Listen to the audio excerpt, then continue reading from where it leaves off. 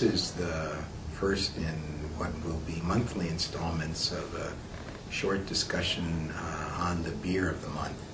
On the 10th of October, I have come down to this room from my office, having sat in front of my computer and watched exchanges all over the world tumble, and thought it might be appropriate that we talk about economic crises and what to do during them and how that's related to beer.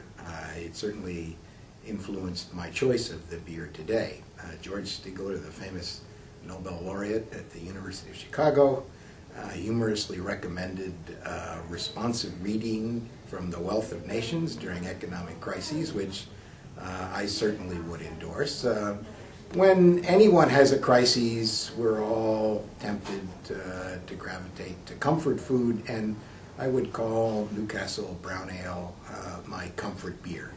It's a nice ale. I'm not going to say it's incredibly distinctive. It is really quite good. It goes with a variety of different foods, and it'll stand up by itself if you just want a glass of ale. But for me, if I'm looking for a sure thing and Newcastle's on tap, I'm likely to have one.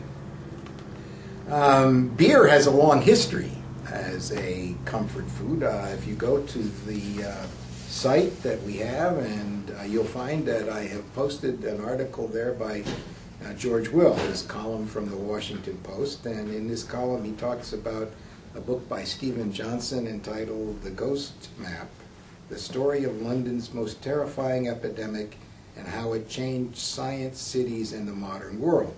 And it's a study of the horrific cholera outbreak in London. And he quotes Johnson as saying, "The search for unpolluted drinking water is as old as civilization itself. As soon as there were mass human settlements, waterborne diseases like dysentery became a crucial population bottleneck. For much of human history, the solution to this chronic public health issue was not purifying the water supply. The solution was to drink alcohol.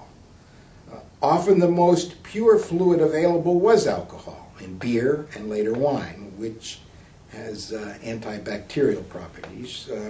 Sure, alcohol has its hazard, but as Johnson breezily